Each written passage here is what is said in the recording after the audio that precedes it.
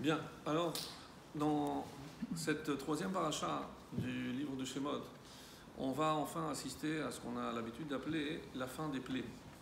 Puisque comme vous le savez, il y en a eu 10, ce qu'on appelle Saramakot. Et dans la paracha précédente, Vaera, on en a vu 7. Et dans cette paracha, on va en voir 3. Alors, pourquoi ce découpage ?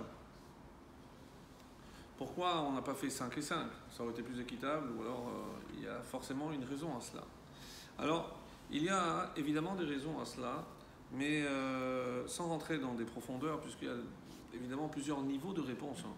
On va prendre le niveau le plus simple, qui consiste à dire que toutes les plaies ont démarré à partir de Rosh Hashanah. Comme ça, c'est rapporté dans le Midrash. Donc, à partir de Rosh Hashanah, c'est la première plaie, et il y avait une plaie par mois.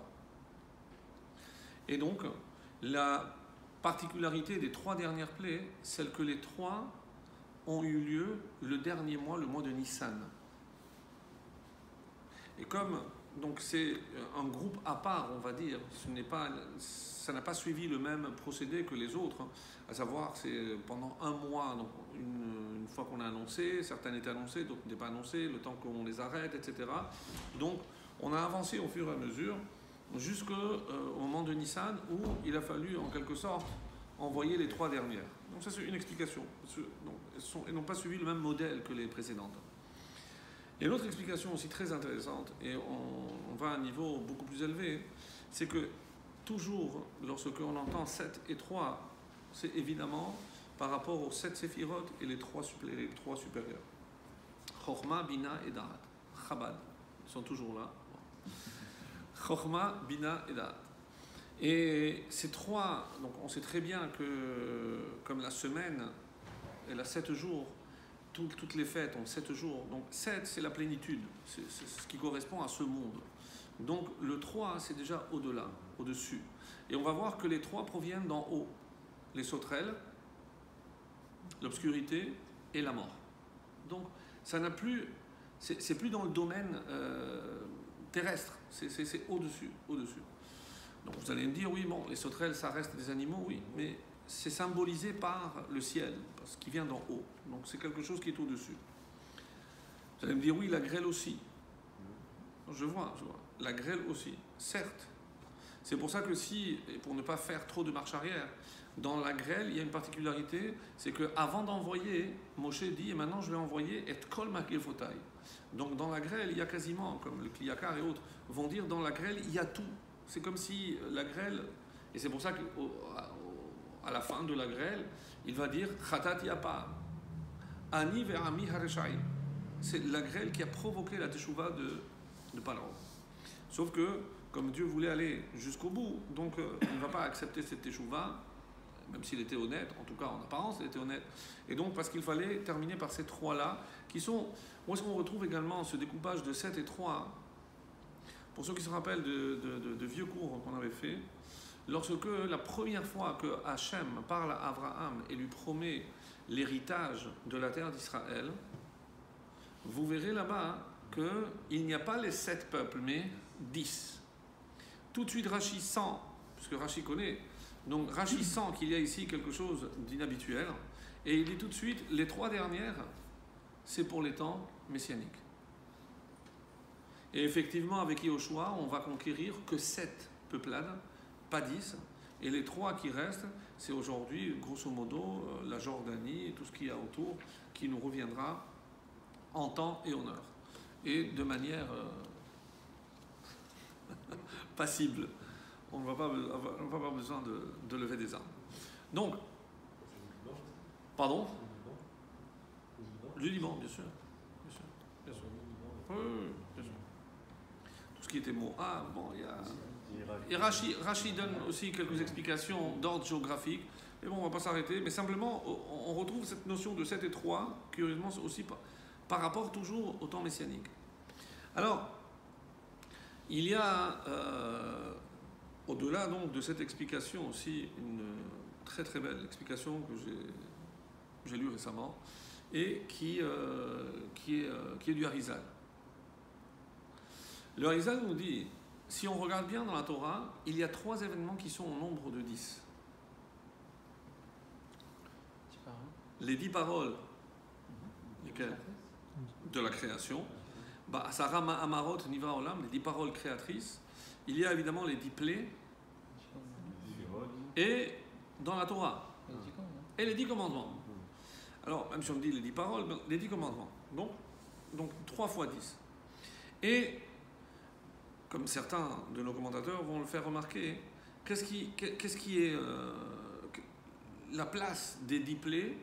C'est ce qui permet de passer des 10 paroles de la création aux 10 paroles du Sinaï, de la révélation. Donc il y a 10 paroles de la création et 10 paroles de la révélation. Et au milieu, il y a cette transition, en quelque sorte, qui est appelée communément les 10 plaies. Alors, quelle est la fonction de ces 10 plaies? C'est en quelque sorte inverser la vapeur de la création pour pouvoir aboutir à une révélation qui sera celle du Sinaï. Et il donne un exemple, comme on n'a que 3 ici, je vais prendre les 3 de notre paracha par rapport à la création et la révélation. Et donc il dit comme ça, si vous remarquez, les 10 plaies sont une forme d'anti-création. C'est-à-dire que c'est à l'opposé de ce qui a été à la création. Et il donne des exemples, j'ai dit, j'en prends que 3. Et ça va à l'envers. C'est-à-dire la première parole de la création va avec la dernière plaie. Et etc. Ainsi de suite. Quelle est la première parole de la création? Ça c'est la révélation. Bravo. Et non pas Yehi Or. Parce que lorsque on regarde combien de fois il y a marqué Vayomer Elohim Yehi, il n'y en a que 9. C'est la question classique. Mais pourquoi je dis qu'il y a 10 paroles créatrices alors qu'il n'y a que 9 fois Vayomer? Et la réponse est que Bereshit fait partie. Donc Bereshit c'est la première création. Quand je parle de Bereshit, Bereshit c'est le début. Alors qu'est-ce qui est créé? Le début? Quoi? Non mais attends, le début. Si je repose ma question. Si je dis que la première création c'est la lumière, c'est faux. Le ciel et la terre n'ont pas été créés le premier jour. Et c'est vraiment un problème. Mais ça, on en avait déjà parlé. C'est vrai, il y a marqué Bereshit bara Elohim et Tashamayim v'ta'aretz. Mais forcément, c'est pas le cas. Enfin, en tout cas, pas comme nous on l'entend. Pourquoi?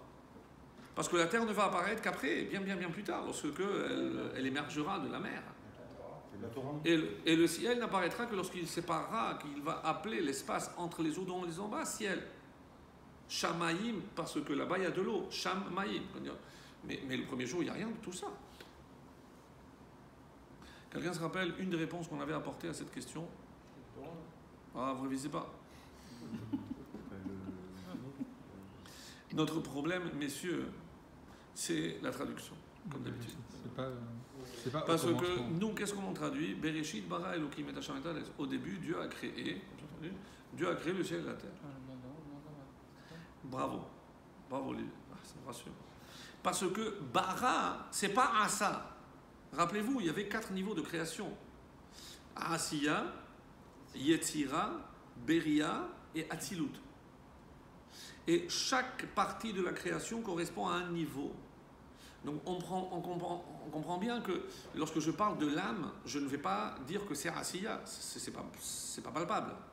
Donc on est déjà dans un niveau. Les Malachim sont d'un autre niveau. Donc forcément, lorsque la Torah dit Bara, on n'est pas à Asa, on est à Bara. C'est le plus élevé avant Atzilut. Atzilut c'est l'émanation. Donc c'est encore beaucoup plus élevé que ce que nous on peut concevoir. Donc Bara, c'est évidemment pas le ciel et la terre tels que nous on les voit aujourd'hui. Mais donc bara c'est soit je dis au niveau potentiel, soit je traduis autrement ciel et terre. Le haut et le bas, le spirituel et le matériel, la matière et l'esprit. Donc il y avait dès le début de la création un potentiel, mais au niveau de bara, pas de asiya. C'est pour ça que tout le récit de la création, quand on essaye d'opposer ça à la science, etc., mais Mais on n'est pas dans le même registre. On est dans le monde de Beria, mais nous, on ne sait même pas ce que ça veut dire. Quelqu'un peut dire à quoi ressemble une âme. Tu comprends pas? C'est ça, bara. Donc ça n'a rien à voir avec nous. Mais comme on traduit créer, ou faire, ou former, mais pour nous c'est la même chose, c'est pas du tout la même chose. Ce sont des plans différents. D'accord? Donc, qu'est-ce qui apparaît? La potentialité. La potentialité de quoi? De vie. Le Maharal dira par exemple que Bereshit, c'est la création du temps. Le temps universel. Le temps du monde. Contrairement à Anochi. Anochi, les 10 paroles, c'est quel temps?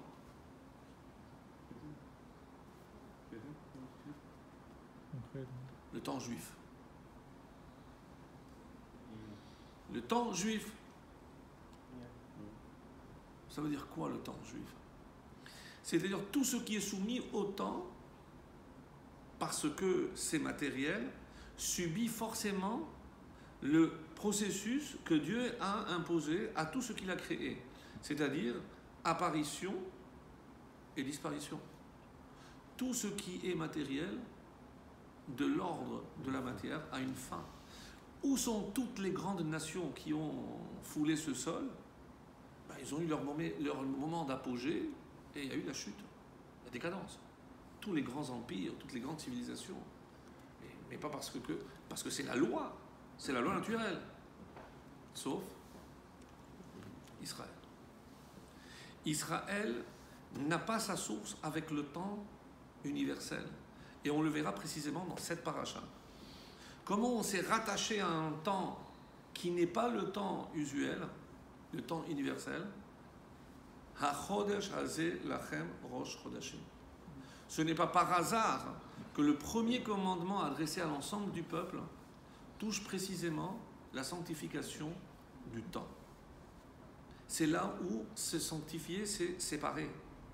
Oui, pour le faire raccourci. Donc, se séparer, ça veut dire que par ce temps-là, on se sépare du reste du monde. Et c'est pour ça, d'où on puise notre éternité.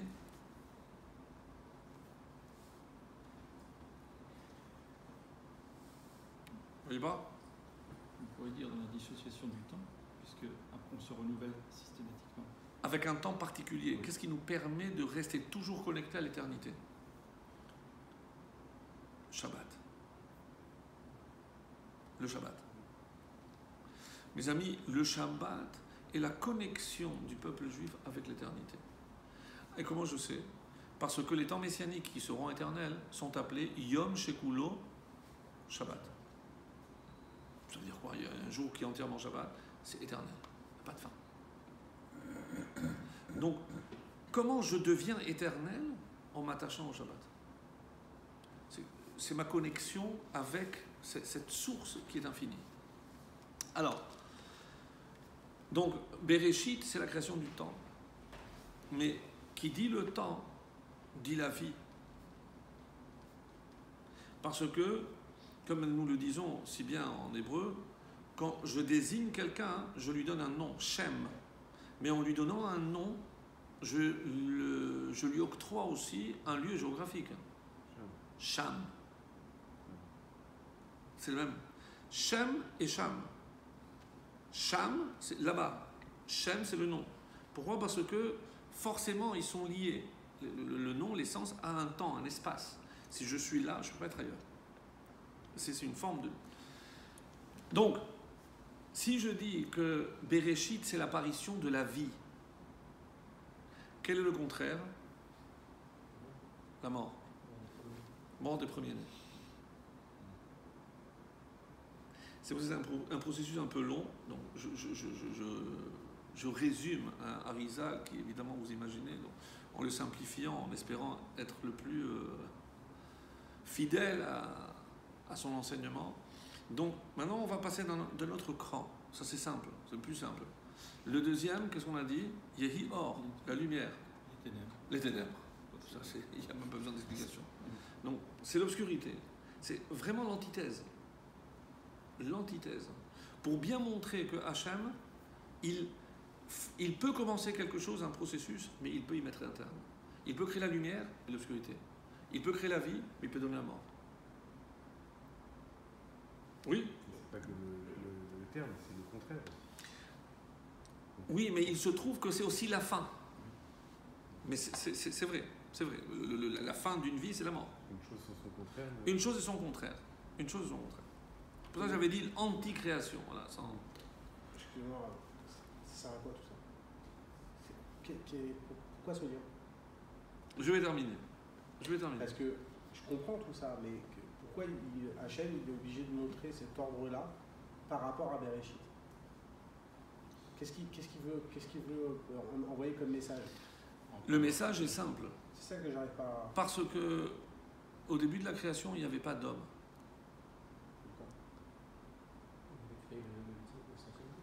Donc, pour passer de ce phénomène de création, c'est pour ça qu'on parle aussi de Ma'amarot ou de Diberot. Donc ici, c'est une parole, mais il n'y a pas de récipient ou de récipiendaire. Il n'y a personne qui écoute ces paroles. Toutes les premières paroles jusqu'au 6e jour, avant la création de l'homme, il n'y a personne. Qui c'est qui écoute? À qui il parle, Dieu? Oui, mais la parole, elle est plus créatrice que pour quelqu'un qui l'entend. Oui, mais personne n'entend. Il y a personne. Pour qui Dieu a créé tout ça? C'est pour nous. Mais si il l'avait laissé en l'état, comment j'aurais compris que Hachem, la finalité de tout ce qu'il a créé, c'était l'homme? Alors j'aurais pu dire, mais parce que c'est le dernier qui a été créé. Pas parce que c'est le moins important, c'est précisément l'inverse, c'est parce que c'est le plus important. Et le fait qu'il soit le plus important, il doit voir toute la création, il dit, oula, tout ça, c'est pour moi. Mais comment le lui faire comprendre? Lorsque il vient de passer 2 siècles d'esclavage, et comprenez bien, ça c'est un très très beau Maharal aussi qui dit, qu'est-ce qui était emprisonné en Égypte? Alors lorsqu'on voit étymologiquement le mot Mitzraïm, une fois on avait expliqué, c'est Metzarim, c'est étroitesse. Mais là je vais vous donner une autre explication. Si je coupe le mot Mitzraïm en 2, Metzar, Yam. Qu'est-ce que ça veut dire Metzar? C'est limité. Oui. Limité, enfermé. Yam, la mer. Yam, Amelach, Yam, Atichon. Yam, c'est la mer. Ça veut dire quoi enfermer la mer? Il pensait qu'il pouvait contenir la mer dans une bouteille. C'est quoi l'idée? Que représente Yam? Lorsque vous voyez la mer, à quoi vous pensez? La vie. J'ai pas dit l'eau. Une étendue. L'infini. Yam est le symbole par définition de l'infini, parce qu'on ne voit pas la fin. Yam, c'est l'infini. Qu'est-ce que ça veut dire enfermer l'infini? Grand infini. Limiter, c'est avoir la prétention de tout contrôler. En sachant que dès le départ, qui est infini? C'est Akadosh Baruch Hu. Ça veut dire enfermer Hachem. Voilà, c'est très fin.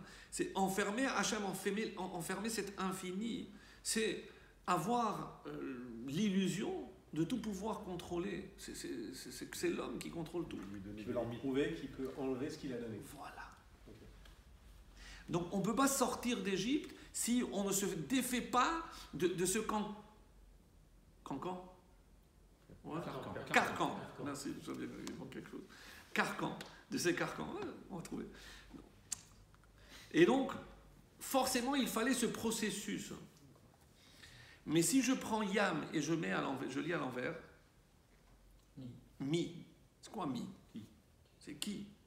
Qui, ça désigne la personne. C'est l'essence de la personne. Mi Ani. Oui, qui je suis. Mi. Et qu'est-ce que, à ce moment-là, qu'est-ce qu'ils essayent d'enfermer? C'est l'infini qui est en nous. L'infini qui est en nous. C'est un peu profond, c'est vraiment du Maharal, mais bon, on n'en fait pas souvent, mais pour que vous compreniez que l'enjeu en Égypte n'était pas simplement de fouetter et faire construire des pyramides. Non, c'est beaucoup plus subtil. Beaucoup plus subtil. Ça, c'est dans la tête. Et exactement, et c'est beaucoup plus dangereux parce que c'est pernicieux. On ne sent pas ce danger et on joue le jeu. Mais la finalité de l'esclavage, c'était une préparation. Pour nous, pour nous, sans aucun doute. Sans aucun doute. C'était le thème du cours de Shabbat dernier. Exactement. C'était c'est court à Marzel, c'est le creuset. C'est quand je veux former, d'abord je fais fondre le matériau et après je donne la forme. Donc il fallait passer par l'Égypte pour nous former. C'était une formation, première formation. Donc il reste, juste pour terminer sur ce point-là, le troisième, puisqu'on a 3. C'est quoi la première plaie ici d'en haut? Les sauterelles. Sauterelles, on a dit. Et donc là c'est un peu plus complexe, parce qu'on ne voit pas trop le lien avec le deuxième jour. Le deuxième jour, surtout que qu'est-ce qu'il a fait Hachem? Il a séparé les eaux d'en haut et les eaux d'en bas. Donc il n'y a pas une vraie création. Donc avec quoi je vais comparer? Et c'est pour ça que c'est beaucoup plus, un peu plus délicat. En soi, la création, c'est pas les eaux d'en haut, des eaux d'en bas. C'est cette séparation, c'est créer deux à partir d'un. Vous comprenez? Bravo. Et comment s'appelle ce deuxième jour? Yom Sheni. Alors le premier, c'est pas Rishon, c'est Echad. Là, il y a une unité. Je passe de l'unité au duel. Exactement. Du jour 1, on passe au deuxième jour. Sheni, ça veut dire que c'est déjà la multitude. C'est 2, c'est le début du pluriel. Donc c'est pas avec le Echad, parce qu'on aurait dit Yom Rishon. Exactement. Oui. Mais comme on ne sait pas ce qu'il y a après, on ne peut pas dire Rishon par rapport, comme je disais cette semaine à un Pidyon Ben. Alors c'est bizarre qu'on appelle le premier Bechor. Bechor c'est l'aîné, mais l'aîné laisse supposer qu'il va y avoir d'autres.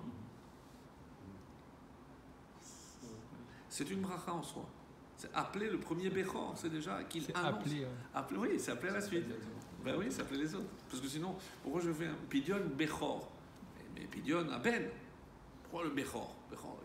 Il est l'aîné, mais il est encore tout seul, il a un mois. Oui, parce qu'on se projette sur le futur. Oui, c'est un point intéressant.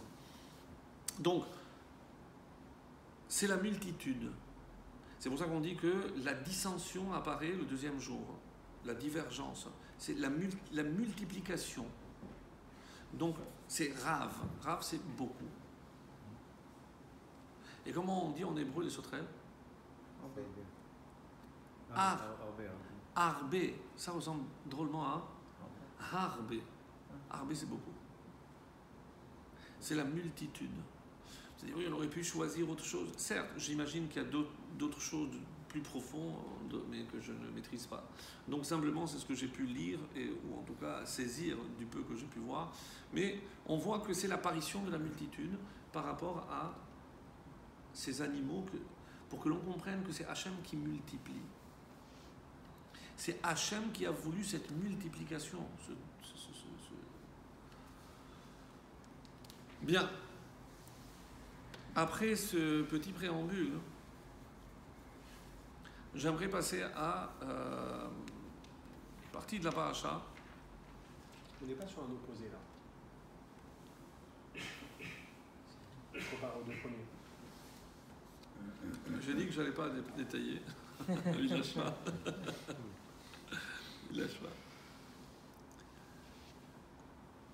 Pourquoi il n'y a pas marqué que c'était bien le deuxième jour? Parce que les eaux d'en haut ont pleuré, les eaux d'en bas ont pleuré, elles ont dit pourquoi tu nous sépares du. C'est une séparation. Parce que c'est une séparation. C'est une séparation et la séparation généralement n'est pas quelque chose de positif. Et quel rapport avec la plaie des sauterelles? Qu'est-ce qu'elles ont fait les sauterelles?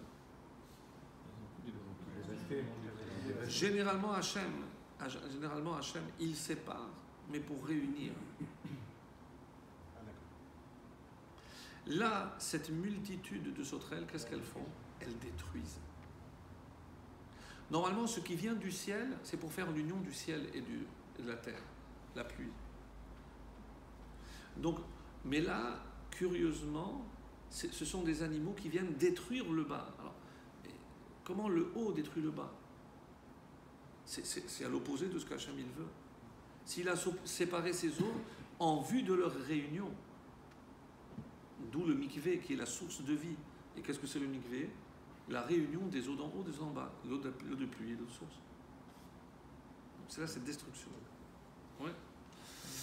Merci. Il lâche pas. Il est bon, il est bon. Non, mais c'est vrai, on est obligé. Non. Alors, j'avais juste une question. pas de nom en réalité. Quand on dit Arbé. Beaucoup, c'est une multitude. Beaucoup, voilà, mais elles n'ont pas un nom. Il n'y a pas un particulier. vrai nom. Non.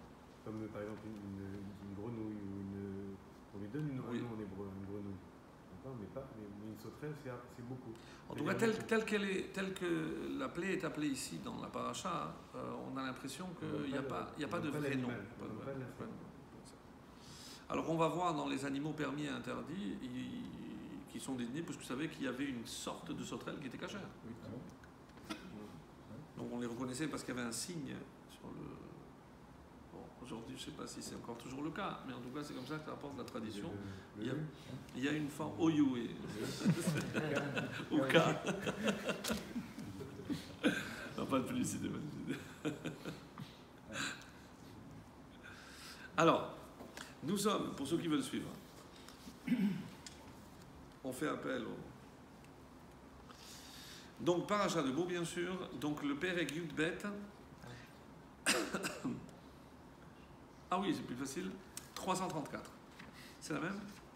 Ah oui. Sauf que c'est plus petit. C'est déjà comme ça, il y a besoin d'une aide. Alors, Vahimiket sheloshim shana ve'arba meot shana. Et ce fut au terme de 30 ans et 400 ans. 430. Vahi be'etzem hayom hazeh, ce fut en plein jour. Yatseu kol tivot Hashem me'eretz Mitzrayim, sont sortis de la terre d'Égypte toutes les armées d'Hachem. Alors,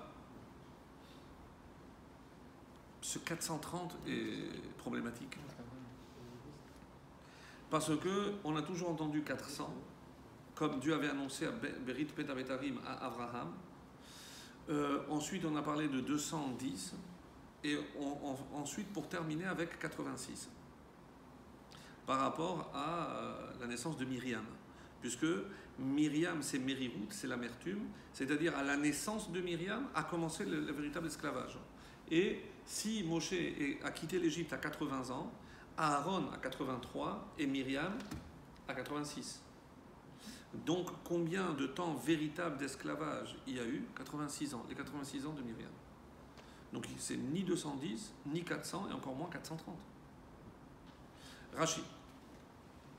Ben Hakol, en tout, Mishenolad Yitzhak ad Arshav, depuis la naissance de Yitzhak jusqu'à maintenant, Hayu Arba Meot Shana, il y a eu 400 ans. De la naissance de Yitzhak jusqu'à la sortie, 400. Alors, il manque 30. C'est tout le calcul que va faire Rashi.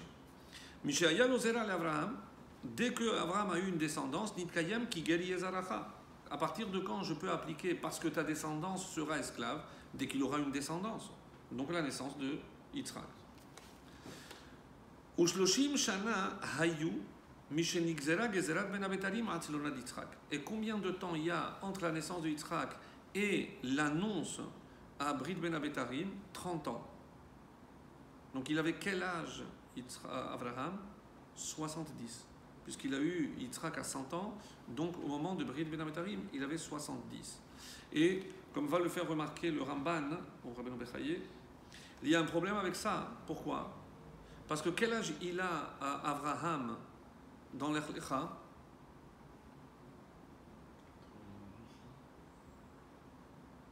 Vous l'avez oublié. 75 ans. Dans l'Ech Lecha, Abraham a 75 ans. Brit ben Abetarim est rapporté après. Donc comment je peux dire qu'à l'Ech Lecha, il a 75 et après il a 70? Il n'y a pas de coordination de temps. Voilà.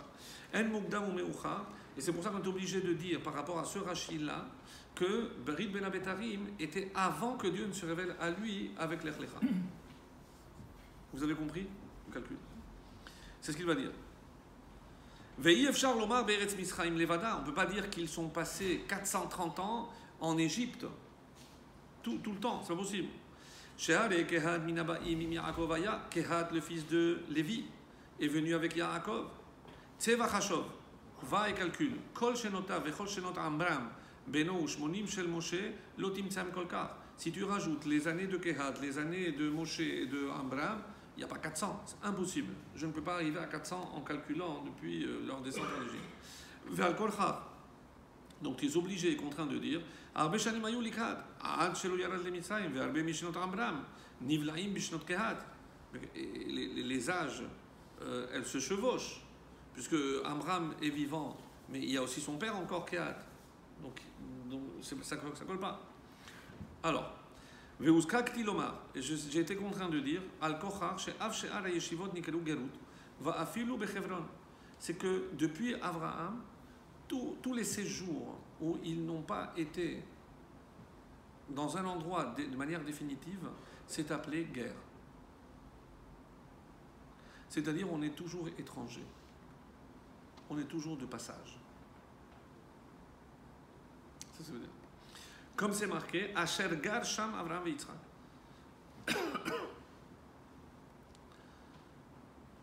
Vaïm Miket Sheloshim Shana, et ce fut au terme de ces années, Rashi dit quelque chose d'extraordinaire. Magid Shekevan Shigia Haketz, deuxième Rashi, puisque Haketz, Miketz, Ketz c'est la fin de.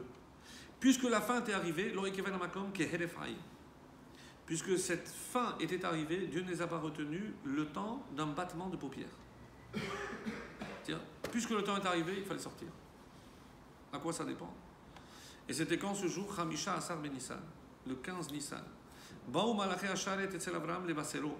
C'était aussi un 15 Nissan que Abraham a reçu les anges qui sont venus lui annoncer la naissance. Hamisha Asar Ben Nissan, Nolad Yitzhak. Le 15 Nissan est né Yitzhak aussi. Tout ce qui a trait à la liberté ou à la délivrance passe par un 15 Nissan. Et Ben Abetarim, c'était aussi un 15 Nissan.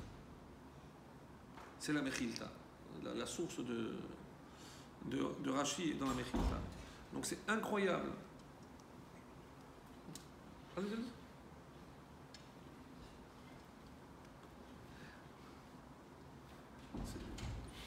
Mechila, j'avais dit 8h30, mais non, allez-y. On a commencé un peu plus tôt. Alors, donc, qu'est-ce qu'il ressort de ce Rashi? Que cette date du 15 Nissan est déjà propice à tout ce qui touche toutes les étapes de la délivrance. La délivrance passe par l'annonce faite dans Brit Ben Abetarim, la naissance de Yitzhak et la visite des Malachim qui sont venus dire à Abraham, l'année suivante tu auras un fils. C'était aussi un 15 Nissan. C'est comment? La Géoula. Et c'est comme, on va le voir à la suite, c'est ce texte que je voulais vous apporter, qui est exceptionnel. Alors, voici je voulais apporter à partir de ça. Alors,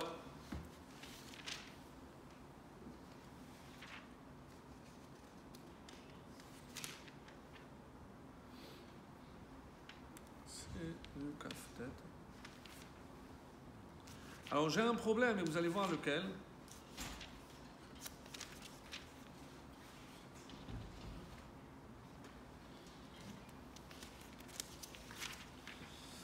Dans le même chapitre, la page 320, dans le début du Shishi, il y a marqué.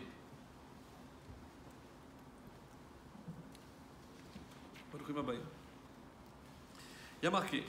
Vahi Bachati alayla. Et ce fut au milieu de la nuit. Vacham Ikachol Bechor, qu'est-ce qui s'est passé au milieu de la nuit? C'est Hachem, il a frappé tout premier-né, Beres Misraïm, et Bechor Paroa Yoshev al Kisot, Bechor Hashevi, Hachem Betabor, Vayakom Paro Laila, Becholu Vechavadav. Donc c'est la dernière des 10 plaies, la plaie la mort des premiers-nés. Donc, d'un côté on dit Vahi Bachati alayla, c'est au milieu de la nuit, et le passage que je vous ai lu ici, Vahi Be'etzem Hayomazeh. Et ce fut en plein jour. Sauf. Les Béné Israël, ils sont sortis au milieu de la nuit ou en plein jour? C'est pas la même chose. C'était la journée. Moi je ne sais pas de quoi je parle, mais la question est simple. Je veux savoir, ton fils il vient te demander, papa, à quel moment on est sorti d'Égypte? Il y avait ça. La nuit, mais ils sont sortis. Que le lendemain, ils ont fait le Seder. Alors, ils ont fait ça. C'est bien parce qu'on se prépare pour Pessah, même si c'est dans 3 mois. C'est bien d'abord, donc forcément. Alors regardez bien. Dieu leur a dit, et vous lirez dans tous les textes, c'est ce qu'on lit dans tous les ans à la Haggadah, comment ils ont mangé Motnechem Hagulim, comme pour le décollage, ils ont attaché les ceintures. Donc quelqu'un qui attache la ceinture, hein, c'est quelqu'un qui s'apprête Il est prêt à partir. à partir. Parce que lorsque vous vous installez pour bien manger la dave, la première chose que vous faites, vous détachez les ceintures, vous attachez pas. Mais c'est vrai. Donc, c'est pas un signe de délivrance que de s'attacher. C'est d'empressement, on est pressé. Mais alors, là, la matzah, c'est parce qu'on n'a pas eu le temps de laisser fermenter la pâte. Mais on est sorti le lendemain matin. Qu'est-ce que ça veut dire qu'on n'a pas eu le temps? Il n'y a pas de notion de temps. Alors, où c'est en pleine nuit, et donc ce seder, ils l'ont fait dans la hâte, Bechipazon. Regardez, nous les Marocains, hein, on se base sur le Rambam. Hein. Par quoi commence la Haggadah? Pas Halachmania. Il y a juste avant, il y a une petite phrase qu'on chante avant de commencer la lecture de la Haggadah. Bilhilou, bien sûr. Ah bah oui. Ah, heureusement. Avec le plateau sur la Non, tête. pas vous, c'est Etmol. Alors, Moi non. vous vivez dans le passé, Etmol. Ah non, c'est... Marciano, tu dis pas ça. Juste pour les Marciano, les Toledano. Pourquoi? C'est des villes. Toledano, c'est de Tolède. Et Marciano, l'origine, c'est Murcia. Et pourquoi Murcia, non, Toleda, non? Parce que comme ils se sont fait expulser, non, plus, jamais. On veut ni Tolède, ni Murcia. C'est l'origine du nom. Les Marciano, les mêmes lettres que Marocains. Marocain, ouais. Comme ça, ils n'oublient pas au cas où quelqu'un pourrait confondre. Mais c'est Murciano, c'est l'origine. Murciano. Bon. Alors, on ne comprend pas donc cette bivhilou, c'est behala, c'est cet empressement, on est sous le choc. Et si on a tout d'autre temps, puisqu'on va partir le lendemain matin. Hachem a voulu créer. Hachem n'a pas dit à quel moment il fallait sortir. Il devait s'attendre à sortir à tout moment. Qu'est-ce qu'on apprend de là?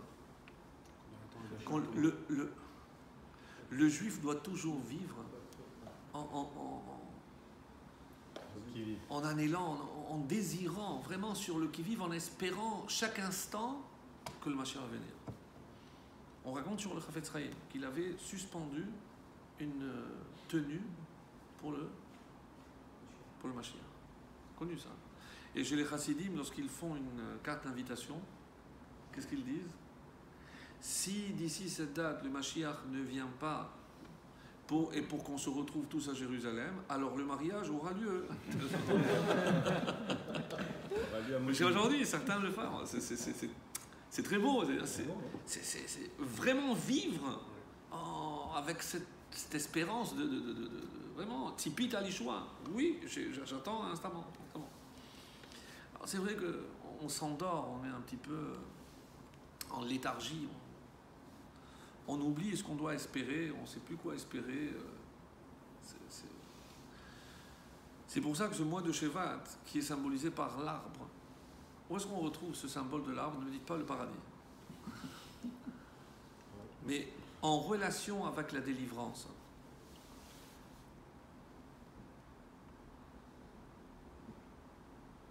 Alors, Alfortville. 2 points. Alors. Au moment de sortir d'Égypte, avec quoi ils sont sortis? Quand Dieu va leur demander de construire le Mishkan, ils avaient besoin d'énormément de bois. Et on demande, dans le désert, ils ont trouvé ce bois? Non, ils l'ont sorti avec eux. Et d'où ils l'ont pris? D'Égypte. Et d'où ils venaient? Yaakov Avinu l'avait planté.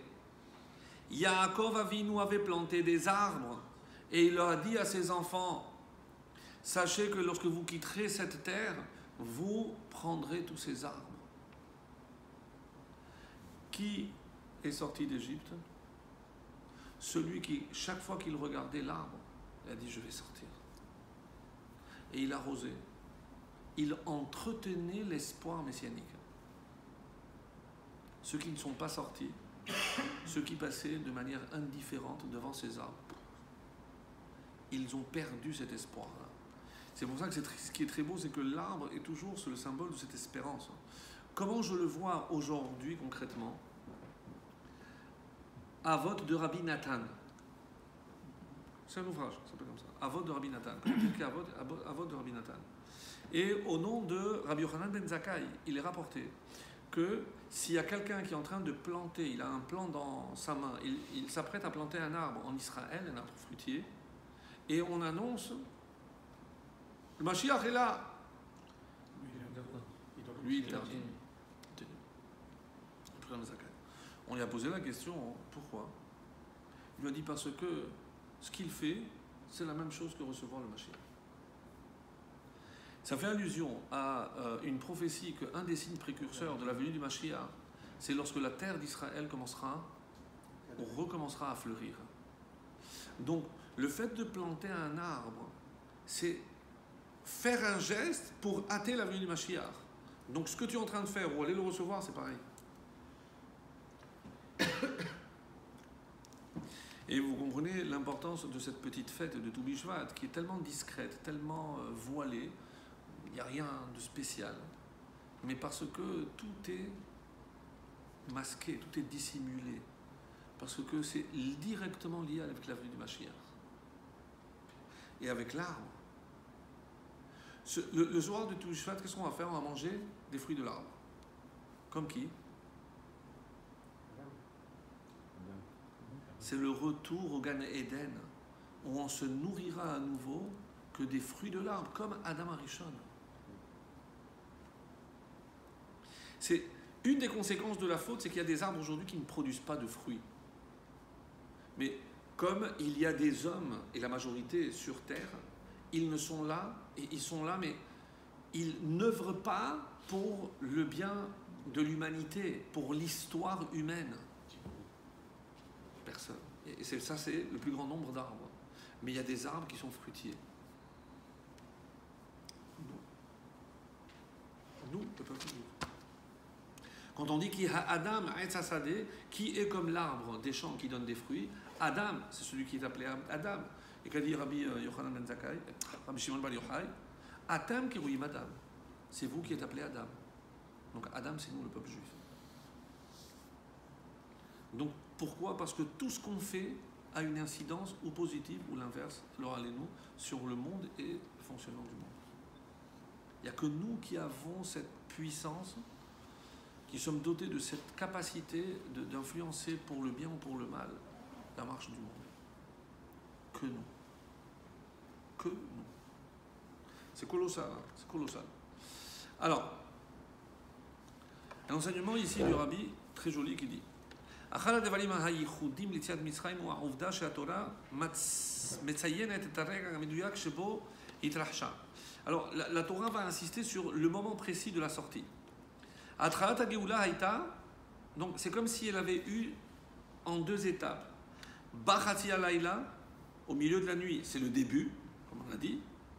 ואילו היציאה ממצרים בפועל, mais concrètement, quand est-ce qu'elle a eu lieu? Bachatzi Hayom, en plein milieu du jour. Comme c'est rapporté, comme le verset que nous venons de lire. Alors il dit, pourquoi il a fallu 2 temps? Ou alors je dis, c'est le matin, parce qu'il fallait que tout le monde sache, et on ne va pas se cacher pour sortir. Mais alors, je n'ai pas besoin de la nuit. On a l'impression qu'on a besoin et de l'étape de la nuit, qui est plus pour nous, parce qu'il fallait que nous, on se mentalise pour qu'on soit prêt à sortir.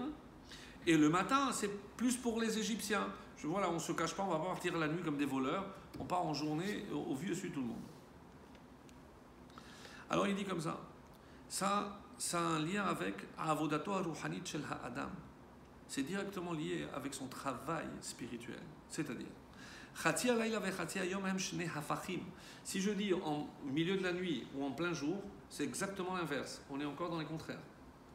En pleine nuit, chati alayla, c'est chachot, c'est en pleine nuit, c'est l'obscurité absolue. Et en plein jour, c'est le contraire, c'est midi, c'est là où tout est clair. Chati alayla hu harega chashuch biyoter baimama. C'est le moment le plus obscur de la journée. Yemama, c'est 24 heures. Alors que Chatzi Hayom ou Harega Mu'ar Bioter, c'est le moment le plus éclairé. Là où le soleil est au zénith, là on voit tout. Vekar Gam Be'avodat Adam, de la même façon dans la avoda de chaque juif. Qu'est-ce que c'est Chatzi Halayla? Qu'est-ce que ça symbolise? Shebo Yehudi Shakua Adat Tzavar Behashechat Haolam Hagashmiach Vachomari.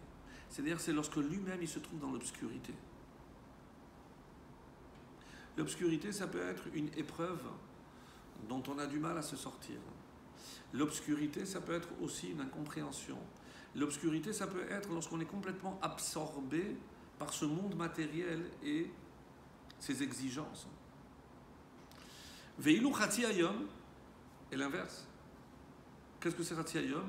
Matzav Shebo Yehudi Mukaf Kol Kulo. C'est au contraire, là, il a la lumière, il est à la yeshiva, il étudie, il a une plénitude spirituelle.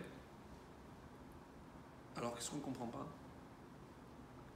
Celui qui est dans la nuit, je comprends qu'il a besoin de sortir d'Égypte. Mais celui qui est déjà dans la Kedusha, dans la lumière et la Torah, pourquoi il a besoin de sortir d'Égypte? Parce que c'est pas la finalité. Ah. Dieu demande, vous vous êtes occupé de ma Torah. Magnifique, c'est très bien. Mais il demande, c'est quoi la deuxième question?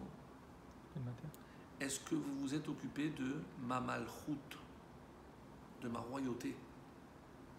C'est quoi ça? C'est de répondre. Pas simplement de répandre la Torah, c'est de faire connaître Dieu dans ce monde. Et la malchoute de Dieu, où est-ce qu'elle se révèle? Dites-le, pas peur. Dans quel pays? À Israël. Et maintenant que vous avez cet élément-là, je poursuis. Non. Gami chez Matzavo, que ce soit quelqu'un qui est Chatzi Halayla, il est dans la gashmiout, dans la chomriout, il est dans la matérialité de ce monde, il est embourbé, il n'arrive pas à s'en sortir, il n'a pas le temps de faire la tfila, il n'a pas le temps de consacrer 1 heure par semaine, encore moins par jour à l'étude de la Torah, il n'en peut plus. Il n'en peut plus. Attention. Lo leityaesh velachafshov chez afsat ikvato. Il ne doit pas se dire, de toute façon c'est fini, je ne sais plus le temps, je ne peux rien, je me laisse aller. Et alors il se laisse emporté par cette vague de matérialité sans se dire que non, même lui, il peut s'en sortir. Les itromem mitor metzar hachomriut, donc de cet enfermement de la matérialité, c'est à lui de trouver la force. Et quand est-ce qu'il va trouver cette énergie pour émerger? Le 15 Nissan. Qu'est-ce que ça veut dire sortir d'Égypte? Sortir de son enfermement. C'est ça la sortie d'Égypte. Et alors, et l'autre? Celui qui apparemment a un avenir resplendissant, spirituel, il étudie tous les jours.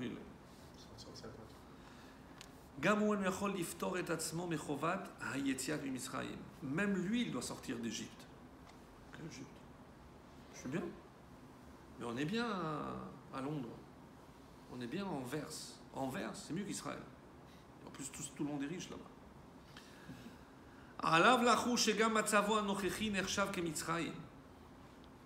Pour lui, et croyez-moi que c'est encore plus difficile pour lui de se sentir en Égypte que celui qui est engouffré, qu'il n'arrive pas à s'en sortir parce que il sent vraiment qu'il est en galoute, qu'il est enfermé, il n'arrive pas. Mais celui qui est... Il fait cette fila tous les jours, il fait son petit seder, d'afayomi, machin, impeccable, magnifique. Mais quelle Égypte? Vous voulez bien? Je parle d'Égypte.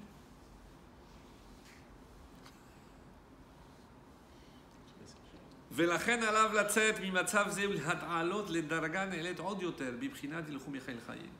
Alors ça c'est moi qui rajoute, même si ici le rabbi conclut en disant, eh ben, il ne doit jamais, un juif ne doit jamais s'endormir sur ses lauriers. C'est pas parce qu'il a atteint un niveau, il dit ah voilà, mon Hachem, ça y est, c'est bien. Il doit toujours être un sortant d'Égypte.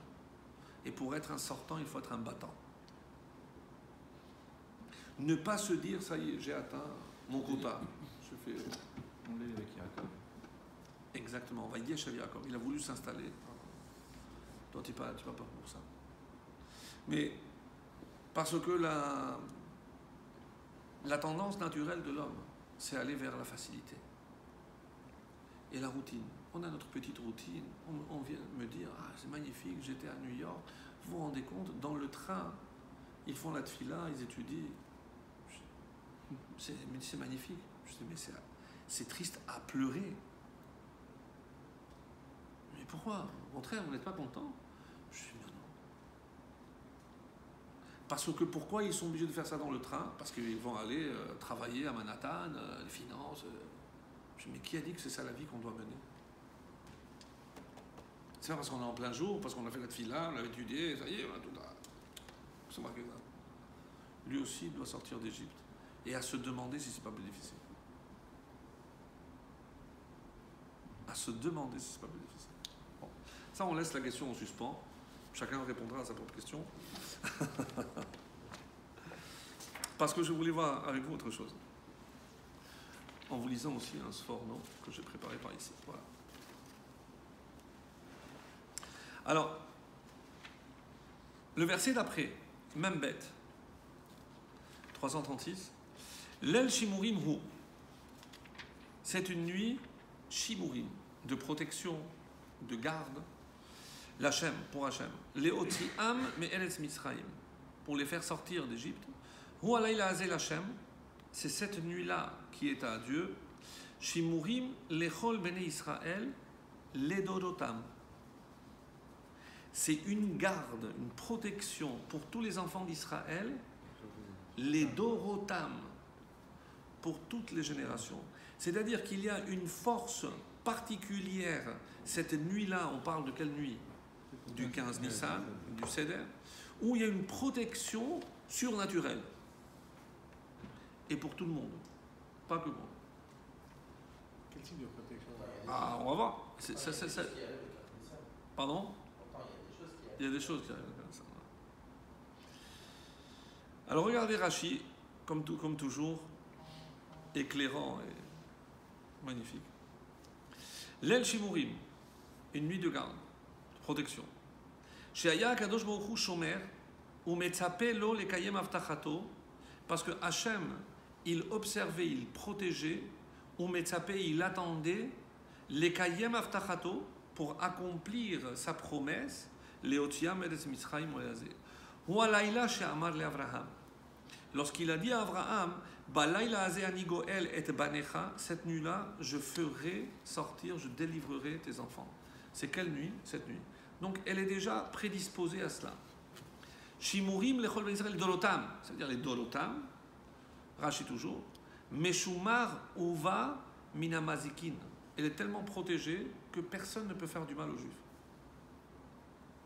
Keinian shemerav yutenam mashchit, comme c'est marqué, et je ne laisserai aucun ange destructeur faire du mal à mes enfants.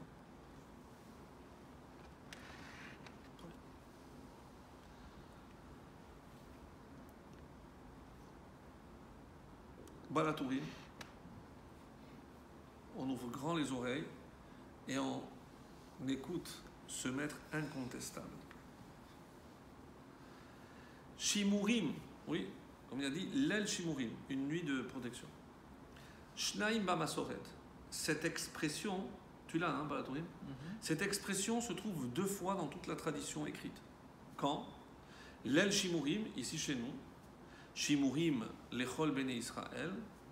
Et si vous regardez, dans le verset, il y a 2 fois. Il y a marqué, oui, je ne sais pas si vous avez suivi le texte. L'el shimurim hu l'Hachem leotiam Israël, hu alayla hazel Hachem, Shimurim lechol ben Israël et dolotam. Donc, c'est une répétition. L'el Shimurim la première fois et Shimurim la deuxième. Balatourim. Shimurim lechol ben Israël. La deuxième partie dans le même verset. Qu'est-ce qu'il veut dire? Shechalak akadosh baruch hu lel tu lishnaim. Il a pris la nuit du 15 et il l'a coupé en deux. Chati l'Itziat Mitzrayim, la moitié c'est pour la sortie d'Égypte et l'autre moitié, sur le texte, l'autre moitié, Ve'chetzio hasheni la geoula le'atid lavo, la délivrance finale. C'est-à-dire que depuis le 15 Nissan de l'an 2448, on sait que notre délivrance aura lieu un 15 Nissan. Il manque juste l'année. On n'a pas l'année. Juste l'année. On a fait 50%. On a déjà su, voilà, 50%. Ça fait un rapport avec la lune, parce que le 15 c'est Mais évidemment, la lune qui est pleine. bah, évidemment, Dimanche, c'est clair. Oui. C'est clair que c'est la lune. C'est là où, pour reprendre cette expression qu'on a déjà vue, Mashpia et Mekabel. Vous savez qu'il y a deux forces. Mashpia, ce qui influence, Mekabel. C'est pourquoi la lune est pleine, parce qu'elle reçoit toute la lumière du soleil. C'est le maximum de sa capacité de réception.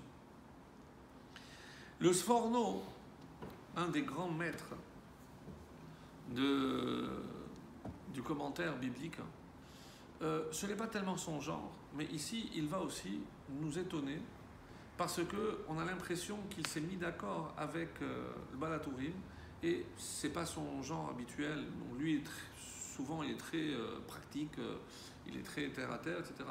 Et il va aussi nous faire ce commentaire que je vous lis. Lel Shimurimu Hashem Leotiam Sforno. Shehaya Metzape Leotiam ki lo inna milibo. Echa. Aval lo matza et Israël muchanim ureuyim la geoula ad ota halayla. Qu'est-ce que ça veut dire qu'Hachem il attendait? Il attendait que le moment que les bénis d'Israël soient prêts. Ve'ota haya meshamer u metzape ki chafes chesedhu. Comme Hachem il ne désire que le bien, comme il y a marqué.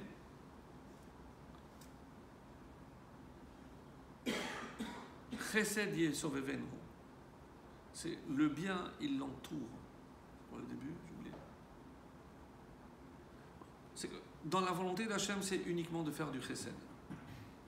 Et ici, qu'est-ce qu'il veut dire, comme dans le Seder Haggadah de Pessah, comme il dit le Sforno, Shakadosh Baruch Hu mechashev et aketz. Que la fin, elle dépend que de nous. Hachem, il attend le signal, et hop, et il nous libère. C'est comme s'il était sur les starting blocks pour nous délivrer. On le veut par vraiment. Et on n'a pas... Qu'est-ce qu'il dit?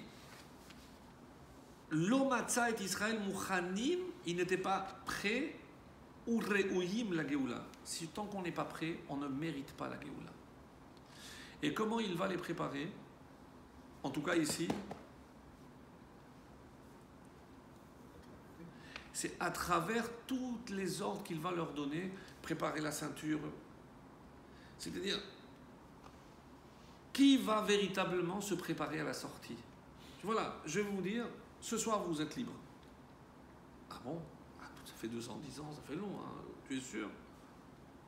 Celui qui s'est préparé, il est sorti. Celui qui n'avait pas... C'est comme si Hachem attendait le signe venant du peuple juif. Nous, on n'attend pas le signe pour être heureux. On a montré notre bitachon, notre confiance en Dieu. Et dès qu'on a donné le signe comme quoi, oui, on a fait confiance, Hachem a envoyé la Géoula.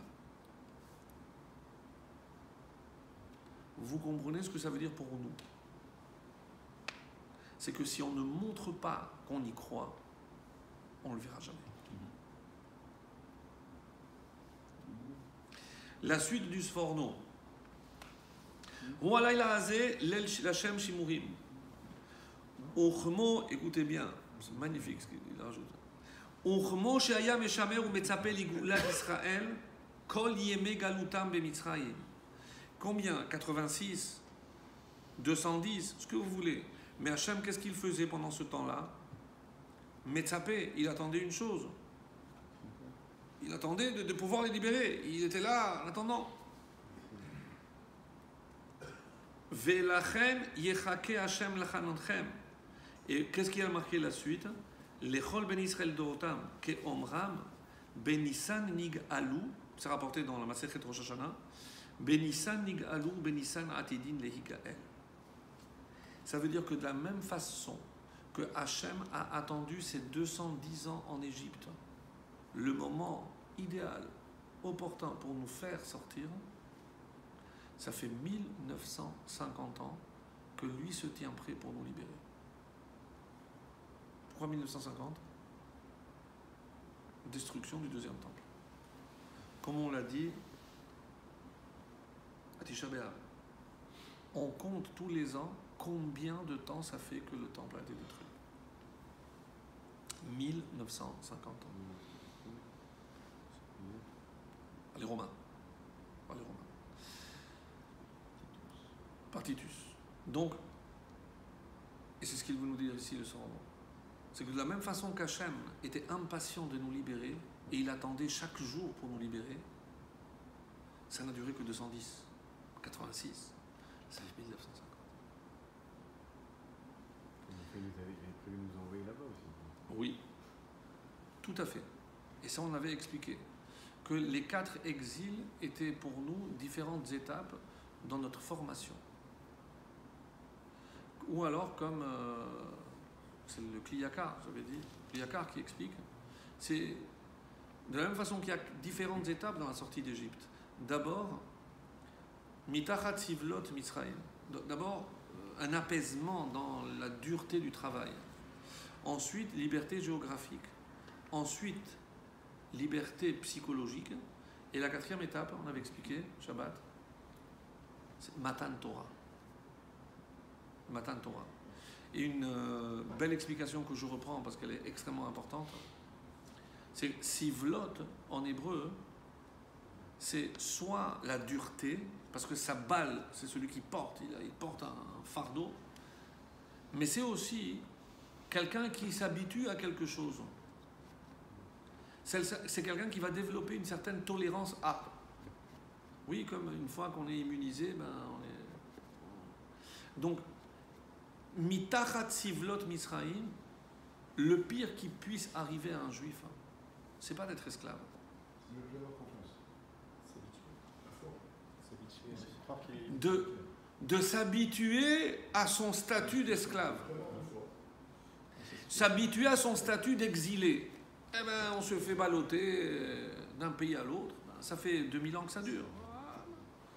Si ça tourne mal, ben on ira ailleurs. Il redéfinit une sécurité. Et on a ça comme si. C'est incroyable. C'est incroyable. On dit que depuis les pogroms, c'est un traumatisme. C'est les Ashkénazes. C'est la première chose qu'ils vérifient toujours pour savoir si c'est à jour. C'est le passeport. Et c'est pas une blague. C'est impressionnant. Bon, on peut imaginer ce traumatisme. Parce que si certains l'avaient à jour, peut-être qu'il aurait pu se sauver. Avec des si, évidemment, on fait l'histoire. Israël, c'est moins. C'est vrai. Voilà. Et je vais conclure avec ce passage que j'ai trouvé aussi très intéressant.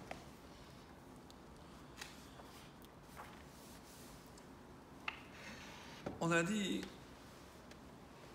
c'est rapporté dans Masechet Rosh Hashanah, il y a une machloket.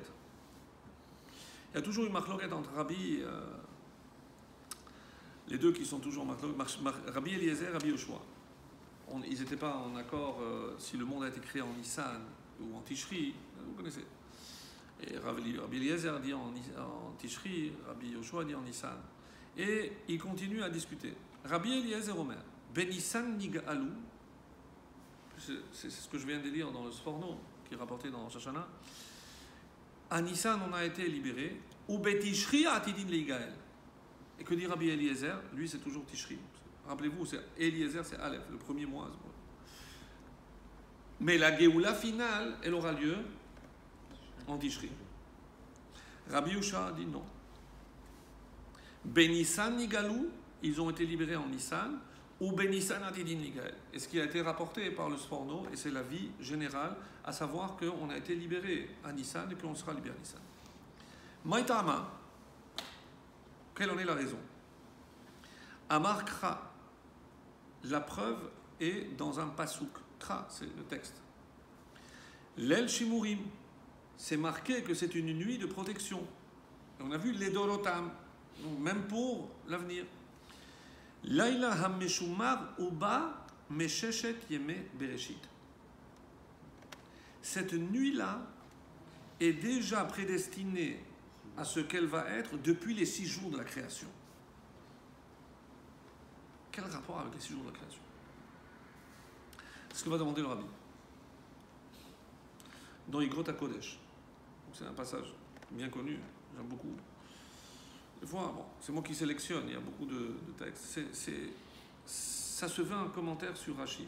C'est, à mon sens, un des meilleurs commentaires qui a beaucoup de profondeur. Et pour le rabbi, c'est très important. Il était convaincu que tous les secrets de la Torah sont contenus dans Rashi. Rashi. Nous savons très bien que Shevi, lorsque Moshe Rabbeinu est monté dans le ciel, oui, Alita Lamarom, Shavita Shevi. Lorsque Moshe est monté dans le ciel, il a récupéré Shevi, c'est un prisonnier. C'est Tehilim, ça veut dire. Il a libéré un prisonnier. De quel prisonnier on parle? Shin Bet Yud. Shimon ben Yochai. Rashbi. On dit que c'était l'âme de Rabbi Shimon ben Yochai.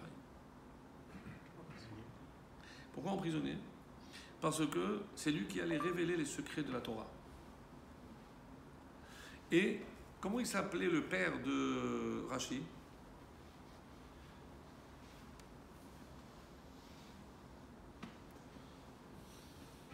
Lui, il s'appelle comment? Rashi, c'est les initiales de Rabbi Shelomo Yitzhaki. Mais pourquoi Yitzhaki? Parce que son père s'appelle Yitzhak. Donc, si je dis, c'est Rabbi Shelomo ben Yitzhak. Les initiales, ça donne quoi? Rashbi. Rashbi.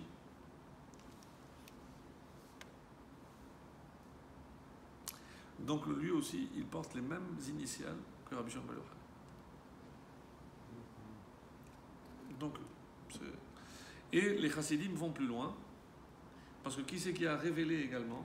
Certains disent que c'est le Baal Shem Tov. Shem Tov, c'est son nom.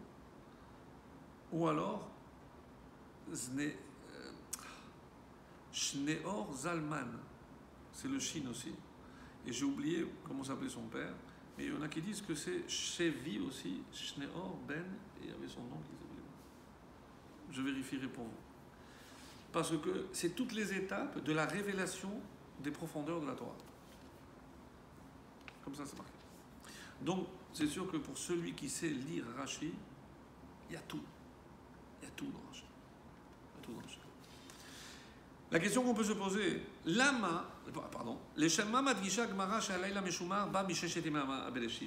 quel rapport? Si j'aurais pu me contenter de dire, puisque c'est une nuit qui est déjà prédestinée à toutes les générations, alors j'aurais pu dire, mais ça suffit, j'ai pas besoin de préciser. Qu'est-ce que ce rajout de la Gemara, que ça vient depuis les 6 jours de la création? Qu'est-ce que ça rajoute? Qu'est-ce que ça rapporte? Si c'était pour expliquer la vie de Rabbi Yoshua qui dit la vie qu'on va retenir, qu'on sera libéré à Nissan, il y a marqué déjà que c'est Meshumar Uba, donc c'était déjà un jour qui était prédestiné, sans préciser que ça vient des 6 jours de la création, ça ne rajoute rien. Qu'est-ce qu'on peut expliquer? מילים אלו רומזות לתוכנה הרוחני של המחלוקת בין רבי אליעזר לרבי יהושע. En fait, sur quoi ils sont en désaccord? Juste parce que Rabbi Eliezer préfère Tishri? Non. D'où vient leur désaccord? Quel est le véritable fond de la discussion? Et vous savez que toujours, lorsque il y a une marloquette qui est rapportée dans la Gemara, et c'est dans l'étude de la Gemara, on s'habitue à le faire. C'est pas simplement parce qu'ils ont une divergence. Si par exemple, je veux savoir la question entre Hillel et Shammai, si ça valait la peine de créer l'homme. Bon, qu'est-ce que ça va changer? Savoir si le monde a été créé en Tishri ou en Nissan, qu'est-ce que ça va changer? C'est pas discuter pour discuter, c'est qu'il y a un fond extrêmement profond. Et si on veut comprendre la réponse, il faut aller approfondir la question. C'est ce que le Rabbi va faire ici pour nous. Il dit, mais quel est le fond de leur divergence? Pourquoi ils ne sont pas en désaccord? Ils sont pas d'accord. Il dit comme ça. Mileva machloket ben Rabbi Eliezer le Rabbi Yoshua benoga lezman hageula. Donc on a dit, pour l'un ça sera Tishri, pour l'autre ça sera Nissan. Yeshna machloket nosefet benehem. Vous savez qu'il y a plusieurs cas de divergence entre les deux. Il rapporte une autre discussion. Badava Matzava maruchani shel ben Israël beshat hageula. Quel était leur état spirituel au moment de la Géoula? C'est-à-dire, d'après Rabbi Eliezer, Im Israël osim teshuva nig'alin. La condition sine qua non pour pouvoir être libéré d'Égypte, il fallait faire teshuva. Et comment on l'a vu, comment c'était marqué, il a vu qu'il n'était pas réouïm, il n'était pas apte, il n'avait pas assez de mérite. Ils n'ont pas fait teshuva. Ils n'avaient pas fait teshuva. Ve'im la'av, s'ils ne font pas teshuva, Rabbi Eliezer est catégorique. En nig'alin. On est mal barré. Si la halakha est comme Rabbi Eliezer et que pour la Géoula finale, on attend que tout le monde fasse teshuva, on est mal barré. C'est quoi en fait? Ça veut dire que les choses elles doivent se passer quoi qu'il arrive ou les choses c'est la question, c'est la divergence. C'est-à-dire, est-ce que peu importe notre niveau, si Hachem a décidé que le 15 Nissan 2448 il sortirait d'Égypte, alors c'est pas lié au fait s'ils ont fait teshuva ou pas, ils sont sortis parce qu'Hachem avait décidé. Alors, et c'est toute la question Be'ita Achishena. Si Hachem de toutes les façons arbitre dans tout ça. Oui. Parce que Hachem de toutes les façons a mis une date limite. Une date butoir. Avec ou sans teshuva, l'an 6000, c'est la barrière. Ça, c'est tout le monde est d'accord. Tout le monde est d'accord. Tout le monde. 6000, tout le monde est d'accord. La Gemara le dit. 2000 ans messianiques, tout le monde est d'accord. Et pourquoi on dit qu'il y a 2 millénaires d'ère messianique? Quoi, on aurait pu être libéré en, je sais pas moi, il y a 1000 ans? Oui. Oui. La réponse est oui. Si on avait tous fait tchouva. Si on a fait tchouva. D'après Rabbi Eliezer. Et alors, comment on peut être contre ça? Comment Rabbi Yoshua il peut être contre? Bon, ça on fait un peu de Gemara, mais c'est pas grave, c'est juste pour approfondir la notion. Ve'ilou ledad Rabbi Yoshua, qu'est-ce qu'il dit? Hageula tavo bechol mikre. On l'aime bien, Rabbi Yoshua. Il dit non. La Géoula, en tous les cas, elle viendra. Peu importe le niveau spirituel du peuple juif. On respire. C'est qu'il y a des moments propices pour faire tes choses. Alors, un bémol. Et c'est une petite note qui est rapportée ici. Ça veut dire que ça a été rajouté par le rabbi oralement, mais qui n'a pas été rapporté. Gam im lo yasu tshuva klal. Comment? Même s'ils ne font pas du tout teshuva, ils seront libérés. C'est comme ça qu'explique Karbefarech Rashi dans la Masechet Sanhedrin, où cette discussion a lieu. Rashi le dit comme ça. D'après Rabbi Yoshua, oui, même s'ils ne font pas du tout teshuva, ils seront libérés. Veyesh mefarshim. C'est un peu choquant. Vous êtes d'accord avec moi? Quoi, alors on n'a rien à faire, on attend? Et ça va se passer? C'est injuste pour tous ceux qui ont fait des efforts, que ceux qui n'ont fait fourni aucun effort, ils arrivent, allez, tout le monde prend le même train, c'est bon, moi j'ai pas payé. En Égypte, il y a un tiers qui est sorti. Un cinquième. Un cinquième. Un cinquième. Mais pas pour la Géoula finale. Il y a le mérite des uns qui font que. Éventuellement, C'est ça, si vous voulez. ça, les juifs. En tout cas, voilà ce qu'il dit. Yesh mefareshim shegam ledat Rabbi Yoshua. Attention. Il y en a qui veulent, c'est des commentaires. Il y en a qui veulent dire, même d'après l'avis de Rabbi Yoshua, Tihye Geoula alidé teshuva. La Géoula se fera, mais par la teshuva aussi. Et là, chez teshuva zo lo tihye bekoach avodat bnei Israël. Mais cette teshuva ne se fera pas par l'effort que fourniront les bnei Israël. Alors quoi? Et là, Kadosh Baruch Hu sheyavi otam lekar. Hachem va provoquer la teshuva. Vous envoyez une épreuve pour qu'on... Est-ce que c'est suite à une épreuve? Est-ce que c'est suite à Har Enu Niflaot? On va voir un miracle tellement éclatant que là, tout le monde va faire teshuva? On ne sait pas. Mais ils ont eu ça dans le désert avec le Vaudor. Ça ne les a pas empêchés de faire le Vaudor. Exactement. On ne va pas tout mélanger, mais je pense que Hachem a envoyé, je ne sais pas si on appelle ça des merveilles ou des signes, en tout cas plus que visibles, et depuis un bon moment déjà. Alors qu'en 1945, on pensait qu'on allait devoir ramasser nos cendres, 3 ans après, Il y a la création de Katz. on se promène à Jérusalem. Je dis, bon, on s'est tellement habitué que c'est comme le lever du soleil, on le voit, c'est normal, c'est naturel, Le prix à payer, il a été fort. sans aucun doute. Voilà. Sans aucun C'est doute. pas souvent. Sans aucun doute. Non, si, bien sûr que si. Bien sûr que si. Tout le monde est d'accord. Et même depuis 1948, on n'a pas fini de payer. Et toutes les guerres, et tous les soldats tombés. Mais évidemment. Personne ne va dire le contraire. Alors, maintenant le rabbi veut faire le lien entre ces deux marlokot. Donc, est-ce que c'est Tishri ou c'est Nissan? Et est-ce qu'il faut faire Teshuvah ou pas Teshuvah?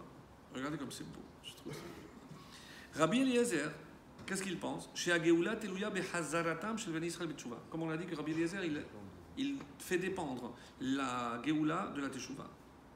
Aval Bekochot Atzpam. Mais c'est l'effort fourni par eux-mêmes.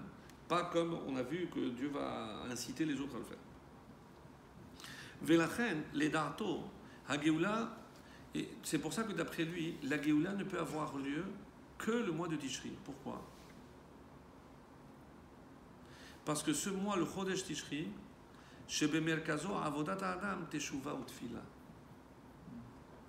Parce que tout le mois de Tishri, qu'est-ce qu'on va faire? On va prier 10 jours de Teshuva, on va faire Kippour. C'est-à-dire que si je devais choisir le moment où la majorité ou le plus grand nombre de juifs ont un élan de teshuva et de rapprochement et de prière, c'est le 10 premiers jours de Tishri.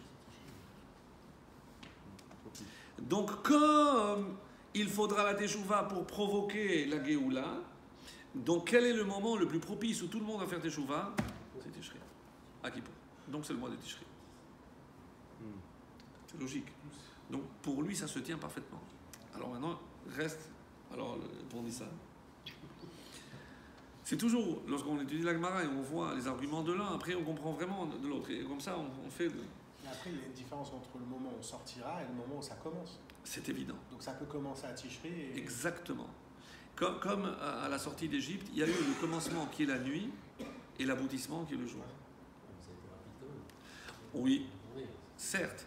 Mais rappelez-vous, et je veux que vous reteniez, ce Balatourim magnifique, où c'est comme si Hachem avait pris que la moitié du 15 pour les Yetiat Mitzrayim et l'autre moitié pour nous. Mes amis, c'est pour nous. Je termine. Ve'ilu da'at Rabbi Yoshua. Quelle est l'opinion donc de Rabbi Yoshua? Shageulat tavo behesed ha'elyon. C'est que ça ne dépendra pas du travail de l'homme, mais c'est la bonté qui viendra d'en haut. Lelo telut b'matzavam haruchani, peu importe le niveau spirituel du peuple juif. Velachen ledato tavo geoula bechodesh Nissan. Et c'est pour ça que la Géoula ne peut avoir que le Chodesh Nissan. Parce que quand est-ce qu'il y a cette bonté qui s'exprime de la manière la plus claire, c'est évidemment à Nissan, comme la sortie d'Égypte. Chodesh shel Nissim vegiluim elokim na'alim. C'est le mois où il y a la plus grande manifestation de miracles visibles